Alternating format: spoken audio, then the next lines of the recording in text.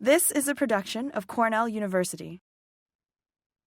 Thank you, Dr. Jiang, and thank you for arranging this. Hi, everyone. I'm Chen. So today I would like to share a recent study from our group that focusing on the response of peatland carbon dioxide to extreme drought event and elevated CO2 and warming. So the title of my presentation today is Drought-induced peatland carbon loss exacerbated by elevated CO2 and warming. So this work was published online last month, so today I will briefly share the main results with you. So if you have any further question, please feel free to talk with us or read our paper for more details. So our main topic is drought. Drought is a common phenomenon around us. And this is a map from the US Drought Monitor. It shows the locations and the intensity of drought across the continental US during the past week. The darker red colors indicate more severe drought. So we can see that around 68% of the continental US has been affected by drought with different levels. This map shows the drought condition in the New York State over the past 3 months. We can see that most parts of the New York State also experienced different degree of drought during the past 3 months, and especially the past August was the eighth driest August on record since 1895. So now let's look at how extreme drought event affect ecosystem carbon sequestration. So there was an extreme drought event in 2000 to 2004 in the Western North America. Researchers found that compared with the non-drought conditions, this drought event reduced the ecosystem net carbon uptake by 51%. And more recently, an extreme drought event occurred in the summer 2018 in Central and Northern Europe. So it has been estimated that the net carbon uptake reduced more than 50% in the Central Europe and Southern Sweden. We can see this map, the brown decked colors indicate a strong carbon loss from the ecosystem. However, we will experience more extreme drought in the future. The amount of carbon dioxide in the atmosphere is increasing rapidly since the Industrial Revolution. However, the rising atmospheric carbon dioxide can enhance the greenhouse gas effect, leading to substantial global warming.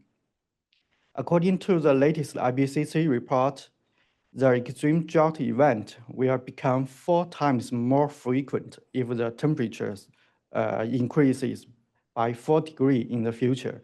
So this raises an important question to us. So how the impact of extreme drought can affect ecosystem carbon cycling? However, most previous studies, like I introduced in previous slides, the most focus on examining the impact of extreme drought and the current climate. So this raises an important knowledge gap. How will extreme drought events influence carbon sequestration in a future world with higher temperature and elevated CO2 concentration? Addressing this question is particularly important in peatland ecosystem.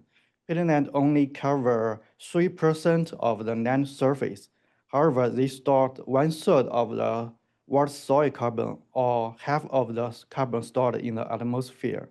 So understanding how extreme drought events affect the carbon balance of peatlands, particularly under the future climate scenarios, is crucial for predicting changes in global carbon dynamics. Fortunately, we have a field experiment that combines warming and elevated CO2 in a northern boreal peatland in Minnesota. This is the spruce project. That is the spruce and peatland responses in the changing environment. It offers us an ideal platform to study this question. So this experiment has 5 warming levels and 2 elevated CO2 concentrations. The warming includes ambient temperature plus 2.25 degrees Celsius and plus 4.5 plus 6.75 and plus 9. And the CO2 levels include ambient CO2 and elevated CO2, that is plus 500 ppm. So in total, there were 10 plots. There is a big open top chamber in each experimental plot. The chamber is 7 meters tall and 12.8 meters in diameter, extending 3 to 4 meters into the pit to separate the plot from the surrounding bog. For the elevated CO2 treatment, the liquid CO2 was vaporized and transported through the pipelines to each plot. And for the air warming, air from the middle of each plot was poured down to the propane heaters. The heaters will warm the air to the target temperature. And then the warmed air was sent back to each plot through the pipes. For the pit warming, the soil pit was heated using 3-meter-long electric heaters. So the pit warming started in 2014 and the air warming started in 2015, while the elevated CO2 treatment started in 2016. At the spruce site, there was an extreme drought in the July to August in 2021. So the left and the right panels show the probability density distribution of precipitation or water table during the July to August from 1961 to 2021. We defined the extreme drought as the values below the 10th percentile. So the gray dashed line indicate the 10th percentile and the 90th percentile respectively, and the colored line indicate the precipitation and water table during July to August from 2016 to 2021. We can see that both the precipitation or the water table during this period were below the 10th percentile. This indicates an extreme drought event during this period. This figure shows the time series of water table depths and the different treatments from 2016 to 2022. So the shaded areas indicated the extreme drought period. We can see that the water table depths significantly reduced during this period. And this event provides us an unique opportunity to investigate how CO2 fluxes in the peatland ecosystem respond to this extreme drought event and different warming and elevated CO2 scenarios.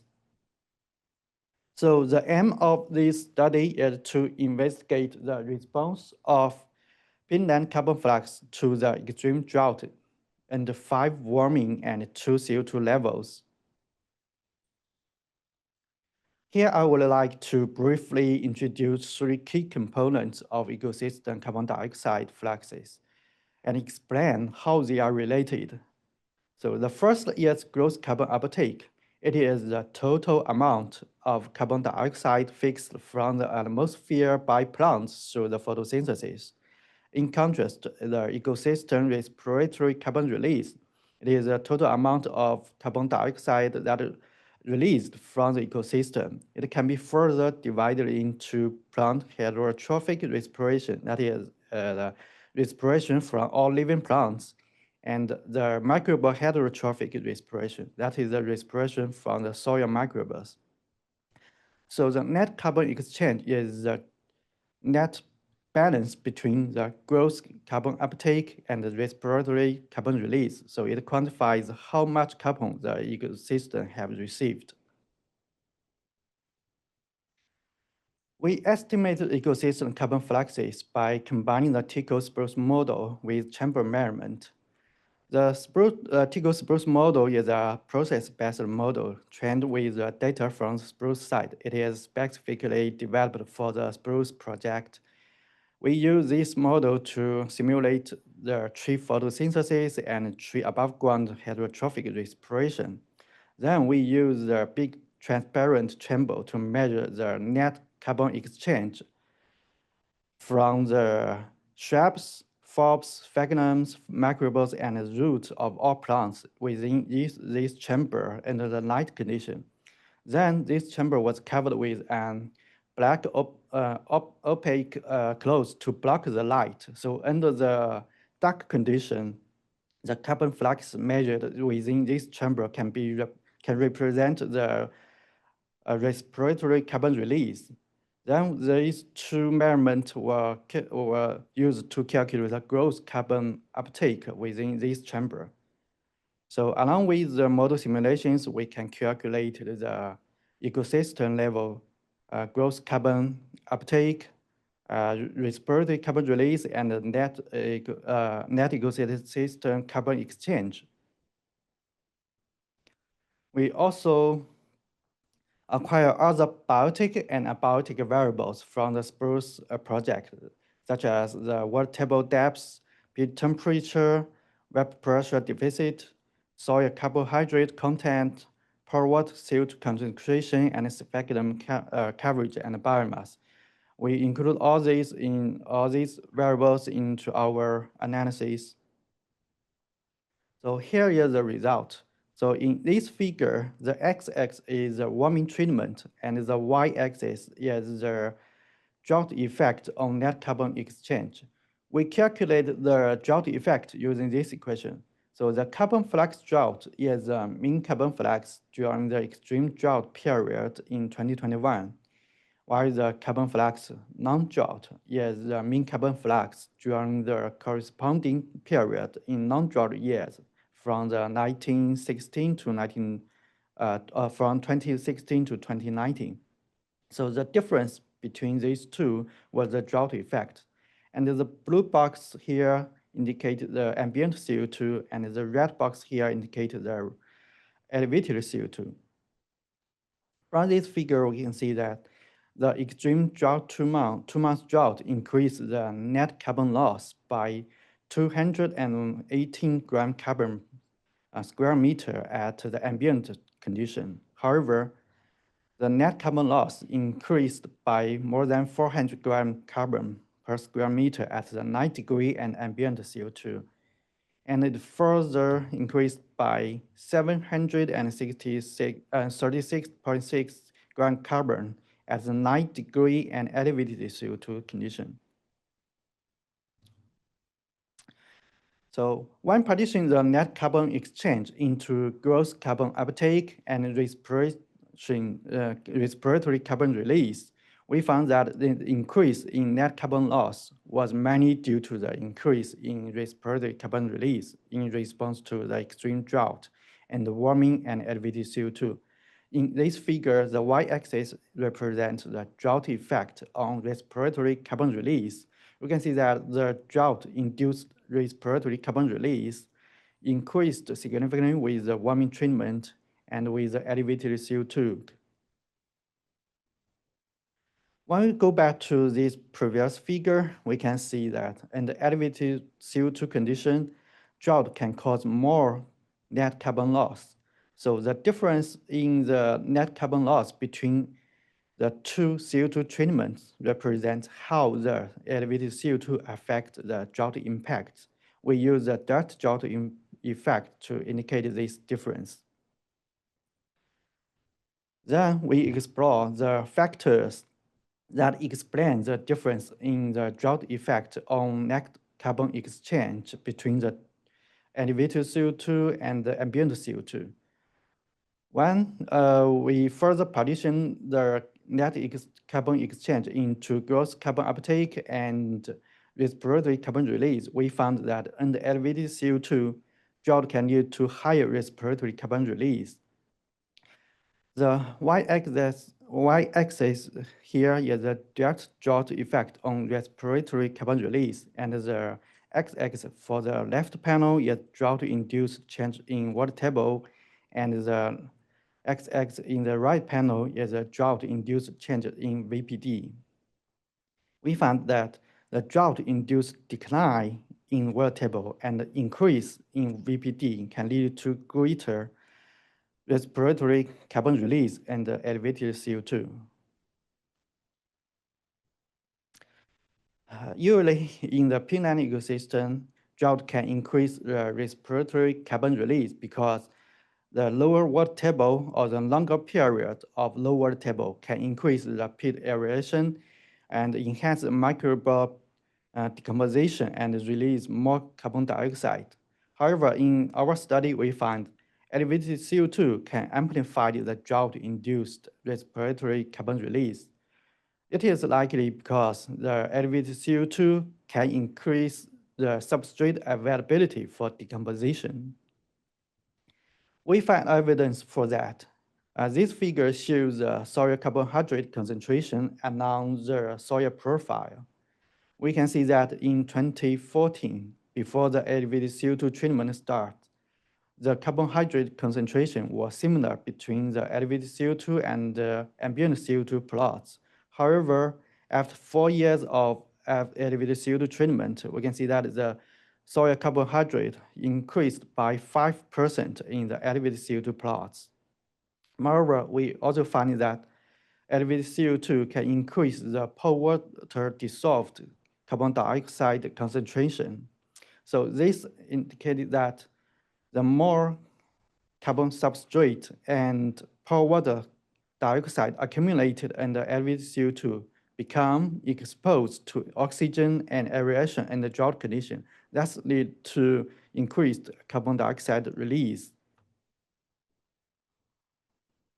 Moreover, when looking at the gross carbon uptake, we found that elevated CO2 also regulated the drought impact on gross carbon uptake. So in this figure, the x-axis is the drought-induced change in low water table days. That is the number of days with water table below 25 centimeters. And the y-axis is the difference in the drought effect on gross carbon uptake between elevated CO2 and ambient CO2. We found elevated CO2 can mitigate the drought-induced reduction in gross carbon uptake in the short term. However, as the low water table days increased, elevated CO2 can amplify the drought-induced reduction in gross carbon uptake. This indicated that elevated CO2 can suppress the carbon assimilation under extreme drought condition. So taken together, the elevated CO2 can provide more substrate for decomposition and suppress carbon assimilation under the extreme drought condition. So that both increase the respiratory carbon loss and reduce the gross carbon uptake, thereby exacerbating the net carbon loss. In addition, our results also show that both CO2 treatments, warming can amplify the drought-induced carbon loss. We can see the blue lines and the red lines here. The drought-induced net carbon loss was 20.3 gram carbon per square meter per degree, and the ambient CO2. However, the net carbon loss was 77.1 gram carbon per square meter per degree, and the elevated CO2. Warming may amplify the drought-induced carbon loss by intensifying the severity of drought. We also find evidence for this. In the left figure, the y-axis is the drought-induced change in low water table days. And in the right panel, the y-axis is the drought-induced change in low water table days. In water table depths, so we can see that warming can significantly enhance the water table decline and the low water table days, thus amplifying the drought effect on the net carbon loss. So the main conclusion of our study is elevated CO2 and warming can exacerbate the peatland carbon loss and extreme drought event. And this exacerbation was primarily driven by warming-induced water table decline, prolonged low water table days, and the elevated CO2 can enhance the substrate availability for decomposition. So this is a presentation for my results, and thank you for listening, and I'm happy to take any questions. Thank you. Yes. Oh, great talk. Thank you. For the plots that are increased in temperature, is Mhm. relative humidity held constant between all plots, or do the plots that are warmed up, does relative humidity decrease because they're warmer? Sorry, can you repeat? Is relative humidity the same across all plots based on temperature, or does relative humidity change when you warm up the plot? It's relatively to the ambient temperature. So we warmed the temperature relative to the ambient temperature. For example, the ambient temperature is 10 degrees, so the elevated the warming treatment can be 12.25, or that is plus this temperature. Okay, sure, thank you. Hi. One other question I was wondering about is some of the effects from other drivers here, for example, herbivory. Do you have any insight into how things like differences in herbivory across different CO2 treatments might interact with your results on carbon sequestration? Yes, we explore a lot of variables that can explain the difference between the net carbon loss between the elevated CO2 and the ambient CO2. So we find the water table and the days of the low water table, that is the duration of the drought is most important factors. And also based on some previous studies, we find that elevated CO2 can increase the microbial biomass, can increase the below ground carbon dynamics and turnover. And it can also increase the labor carbon from the leaf fall and root exudation. So that can all supply more substrate to the soil peat. So when the water table draw down or the the period of the drought is prolonged, the peat will exposed to the oxygen, so more carbon will be released in the under the elevated CO2 plots. Thank you. Hi. Yeah, so thank you. It was a nice talk. But I was wondering more about the bigger picture because in North America, certainly the northern part of the continental US, the big change, climate change has been one temperature, but also increasing precipitation. So what is, I mean, you're focusing on a drought period, but if you look at a longer time period, Yes. there is actually more precipitation being received. So what is the net impact of these changes? Because I'm a little concerned that you're painting a picture based on just the droughts, but not accounting for the fact that there's also a lot more precipitation overall. Yes, that's a good question. So you are asking what will happen if the precipitation is increasing? So the whole period of this is one limitation of our study. We also added this in our discussion.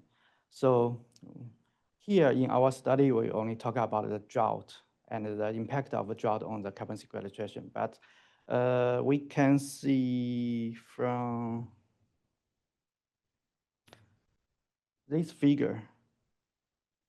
So at the end of August, the water table will recover.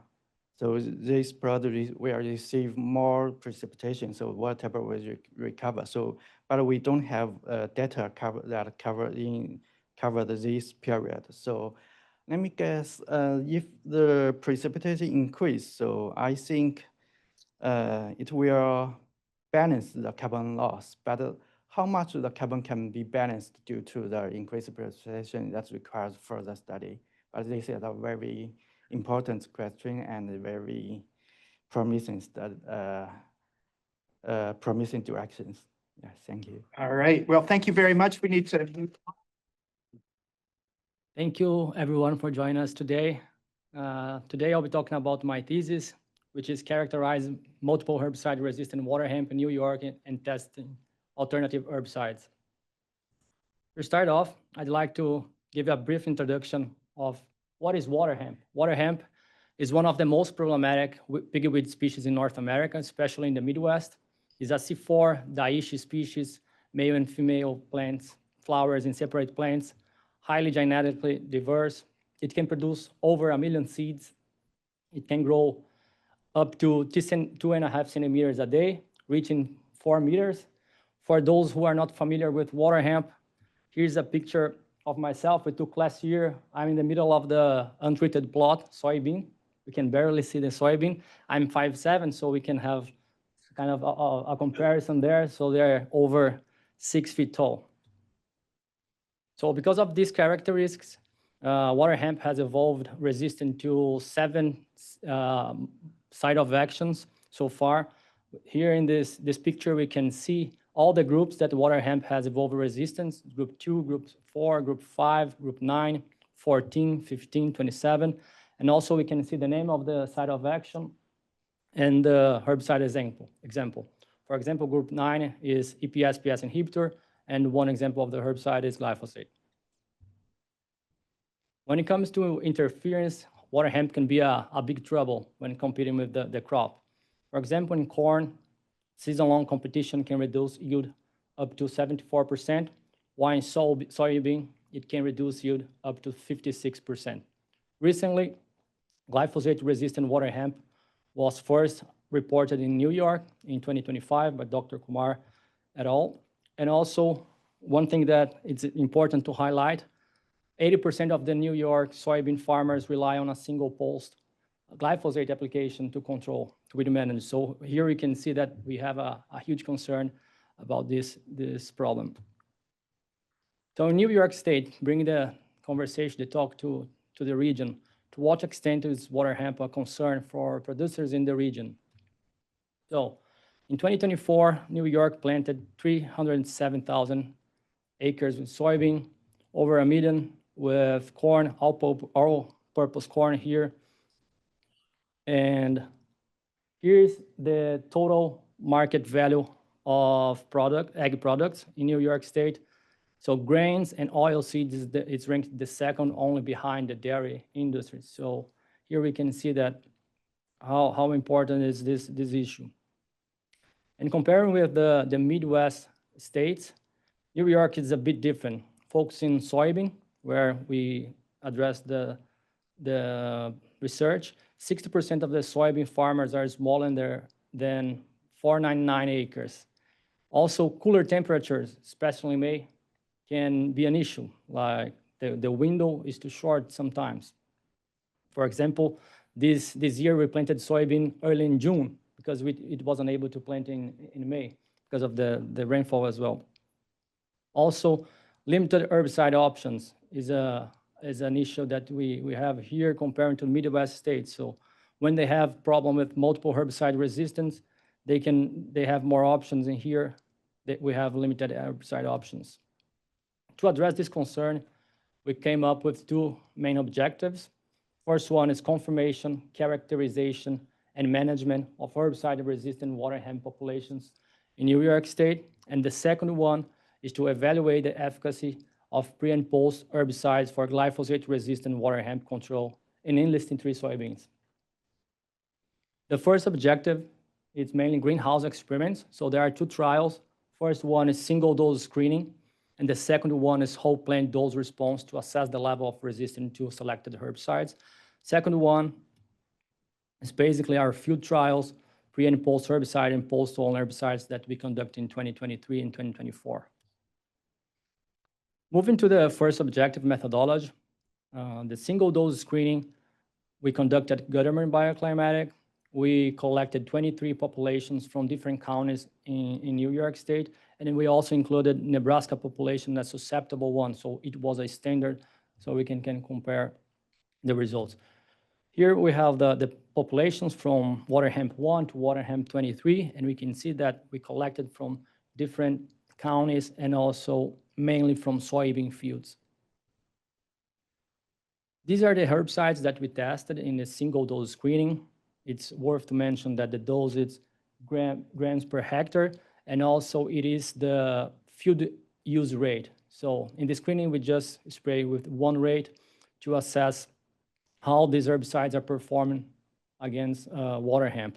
These are the herbicides that we tested: 2,4-D, atrazine, chlorimuron plus sulfuron, dicamba, glufosinate, glyphosate, lactofen, and mesotrione. Here is step by step how we conduct the experiment. First, we spread the seeds in the germination flat. We use 36 plants per tray. We let them grow until they reach 7 to 10 centimeters, and then we treated them in the spray chamber. And the evaluation was held at 21 days after treatment. We collected above ground biomass, visual control, which means when it's 0, it's no control at all, and 100% is plant death, and also survival percentage. Whole plant dose response is pretty much the same, but it's a little bit different. We selected 2 populations, waterhemp 11 and waterhemp 17, based on the single dose screening. And also we selected 4 herbicides: atrazine, chlorimuron plus sulfuron, glyphosate, and mesotrione. Again, based on the screening, single dose screening results. Nebraska population was also included in the whole plant dose response as a standard to comparison. Here are the herbicides that, as I mentioned previously, and the dose. So the factor 1 is the field use rate dose, and the range went from 0.125 until 8 times the field use rate in the screening phase, in the whole plant dose response phase. The step-by-step is pretty much similar with the single dose. The only difference is that instead of running 36 plants per tray, we did with 9, and we repeated the experiment twice, one in spring and one in summer. The rest is all the same. So moving to the results of the objective 1. First one, single dose screening. Here we can see in the bottom line that 45% of the total populations screened were resistant to atrazine. Just to make sure that we selected the populations we sprayed, and to classify if either is resistant or not, we used the 50% survivalship as a standard. So above 55%, 50% is considered resistant. So 45% of all the populations were resistant to atrazine. 95% of the tested populations were resistant to mesotrione. 96 were resistant to glyphosate, and all the tested populations were resistant to chlorimuron plus sulfuron, which is group 2 in the WSSI group. Also, on top of that, one thing that's worth mentioning to highlight, out of the 23 populations that tested in New York, 9 were 4-way resistant. They were resistant to all these 4 herbicides. Here are some pictures where we can see that chlorimuron, for example, there is no difference between the untreated and the treated one. Same happened with glyphosate, pretty much the less injury when treated with them. Going to the whole plant dose response, I'll talk about the first herbicide, atrazine, but first, I'd like to mention that all the data here was based on the control parameter. We fit a log logistic 3 parameters model using the DRC package in R. And I'll start with the graph. Here in the graph, we can see that in y-axis, the control percentage, and x-axis is the herbicide dose in log scale. And what the graph says to us is that the more the left is the line, the more sensitive to the herbicide the population is. So the solid blue line is the susceptible population, and the 2 dotted lines, they are the resistant populations. that we selected based on the single dose screening. And in this table, we can see that the model also estimates some parameters. ED50, which is effective dose 50, which means that what is the dose to increase by 50% the control. So we have all the parameters in grams per hectare. The C is the 95 confidence interval, and the RS is the resistant over susceptible index, which is used to assess the level of resistance. So for example, the RS of waterhemp 11 in this case is 20 times more resistant compared with the susceptible. Basically, we just divided the 2933 by 194 to get the 28. Same to waterhemp 17, which is 6 times resistant compared with the susceptible. Here we can see how a dose response looks like in the greenhouse. At the top, we can see the susceptible population from Nebraska. Even the lower dose were killing the plants, while in the resistant population, we can see that 8x, we have some survival plants as well.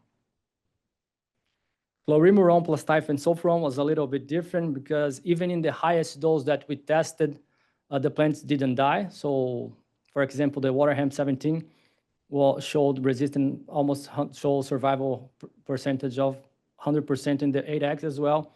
So the model didn't estimate the parameters, was extrapolating the parameters. And here, both the populations were highly resistant to this herbicide. We can see in the picture as well that 4x, 8x, the plants were growing as almost the same height of the 0.125x. When it comes to glyphosate, the same trend with atrazine happened. We can see by the distance between the curves that the populations are really resistant to glyphosate. Waterhemp 11 was 19 times resistant compared with the susceptible, while waterhemp 17, 22 times compared with the susceptible. Here also a picture to illustrate the dose response assay.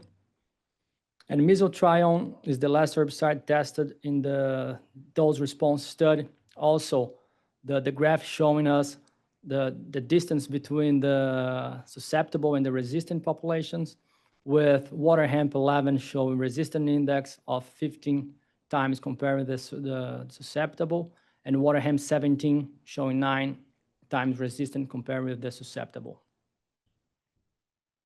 Here also the picture comparing the dose response assay in the greenhouse, susceptible and resistant when applied with mesotrione. So to wrap up the objective one, some conclusions. 9 populations exhibited 4-way resistance, so limiting the options of herbicide available, pulse herbicide available to control multiple herbicide-resistant waterhemp, and also 2,4-D, dicamba, lactofen, and glufosinate. Those are the herbicides that we tested in the single-dose screening, and they control these multiple herbicide-resistant populations. Moving to the second objective, which is evaluate the efficacy of pre- and post herbicides for glyphosate-resistant waterhemp control in tree soybeans. Here are the methodology. We conducted, as I mentioned, 2023 and 2024 in a grower's field in Seneca County, Waterloo. The field was in a corn soybean rotation for over 5 years and has a significant waterhemp seed bank. I will show some pictures. What was the level of the infestation in that field?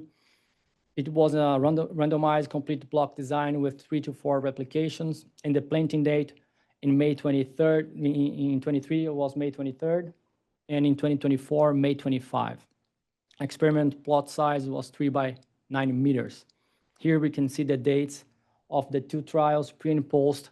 We applied pre, in the same day that we planted the soybean, early post, roughly 1 month of the planting date, and mid post, almost 2 months after planting date.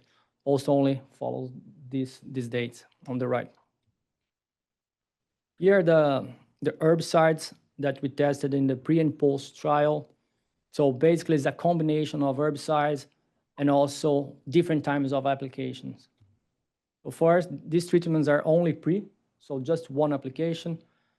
These are pre followed by post, and also we included 2 sequential post applications.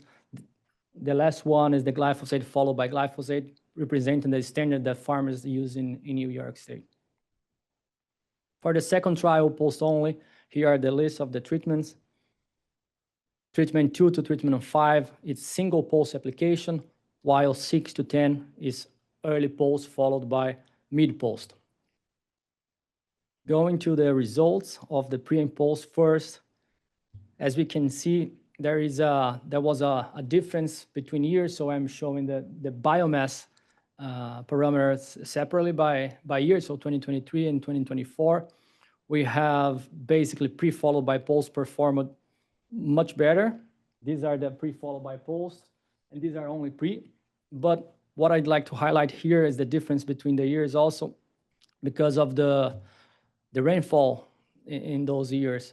So at the top of the pictures, we have 2023, the bottom 2024.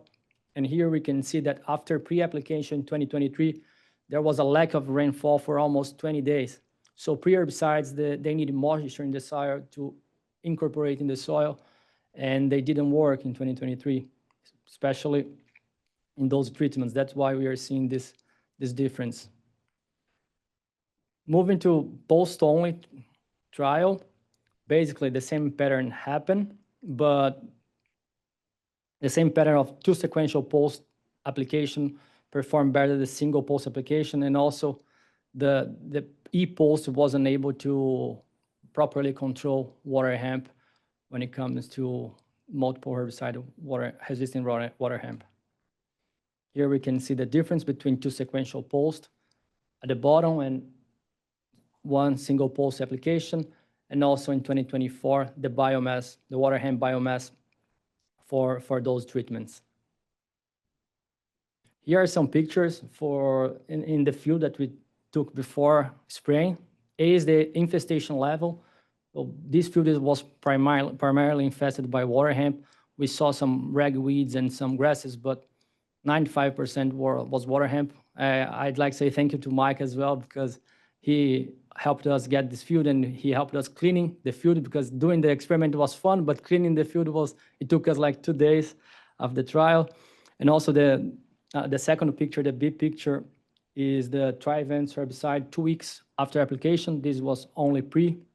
C picture is glyphosate. So we can see that there are many plants alive after glyphosate exposure.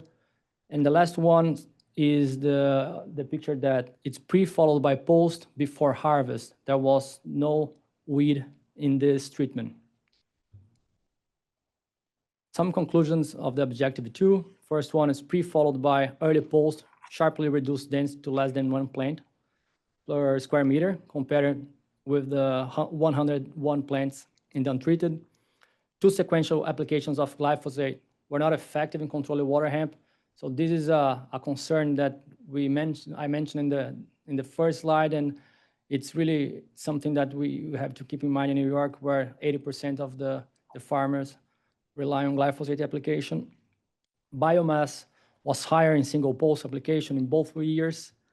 And moving to the take-home message, I'd like to highlight some points. Multiple herbicide water hemp resistant was confirmed to atrazine, chlorimuron, plus sulfuron, glyphosate, and mesotrione. So this is the first confirmation of those herbicides as well, adding to the glyphosate that was first confirmed this year. Again, glyphosate is not an option anymore to effectively control those water hemp populations. We saw that even 2 sequential applications of glyphosate was not effective in controlling those water hemp. Pre-followed by post program reduced density to less than 1 plant per meter square, providing season-long control, but also minimizing seed bank. Water hemp can produce over 1 million seeds per plant, so minimizing the seed bank replenishment is a goal that we have to keep in mind. And combining different site of actions, pre-followed by post applications, and resistant monitoring are fundamental to effectively manage water hemp in New York State. Future research, thinking ahead, some next step of this project would be identify resistant mechanism through molecular assays to see if they are target site or non-target site resistant, integrated with the management. We have in our lab Pritam Ambajo and Midat. They are doing an amazing job with cover crops, with zapper, seed structure. So these are the next step that will add to this research. And also, again, keeping monitoring New York waterhemp populations is essential because we can early identify changes and shifts in the patterns of these populations. I'd like to thank you, my committee member, Dr. Kumar, Lynn Sosnowski, Datinder, and Mike, and also my lab mates, Pritaman and Midat. Without you, this wouldn't be possible. Thank you so much. With that, I open to questions.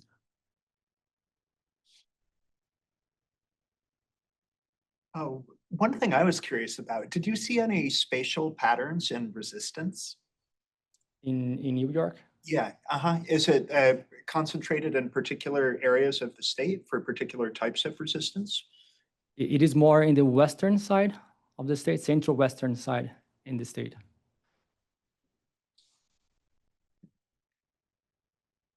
If you were to give like advice, if you're like, let's say, an extension agent giving advice to a New York grower, what would your recommendation be going forward to controlling waterhemp populations?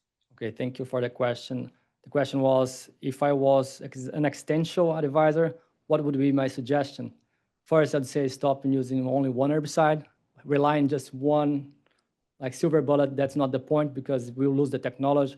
And the second one, most of the farmers are using herbicides. And then I would say, go with like a solid pre followed by post program. Try to rotate the herbicides, not using the same mode of action year after year.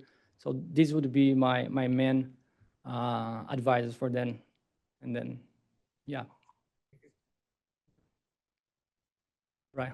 Yeah, thank you. That was great.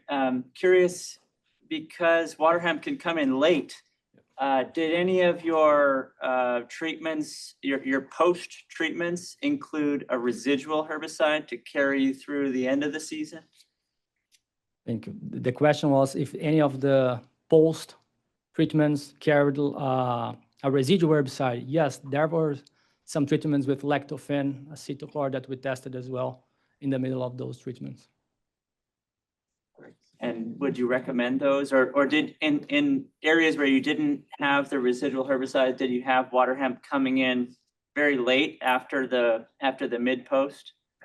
I was here in 2024, and after the mid post, the soybean grew so fast it closed the canopy. So when we were collecting the biomass, only like small seedlings were coming, not only not the big plants. But yeah, I would say that it would depend on the growing of the soybean as well.